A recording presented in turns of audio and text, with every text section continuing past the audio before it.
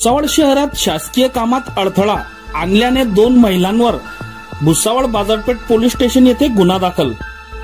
भुसावळ शहरातील बाजारपेठ पोलीस ठाण्याच्या हद्दीतील इराणी मोहल्ला मुस्लिम कॉलनीत प्रभारी पोलीस निरीक्षक उद्धव डमाळे यांच्या आदेशावरून पोलीस उपनिरीक्षक राजू सांगळे, अनवर शेख, रमन सुरळकर, मीनाक्षी गेटे, सीमा चौधरी, जीवन कापडे, सचिन चौधरी, महेंद्र पाटील, प्रशांत सोनार, सागर वंजारी, स्थानिक गुन्हे शाखेचे उमाकांत पाटील, प्रशांत परदेशी, राहुल वानखेडे यांना कोम्बिंग ऑपरेशन राबविण्यास सांगितले।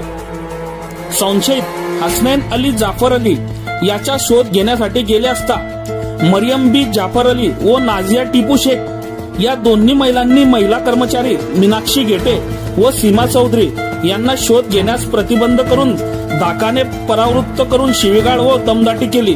कामात अडथळा आणू नका असे सांगितले असता नाझिया टिपू शेख तेथून पळून गेली।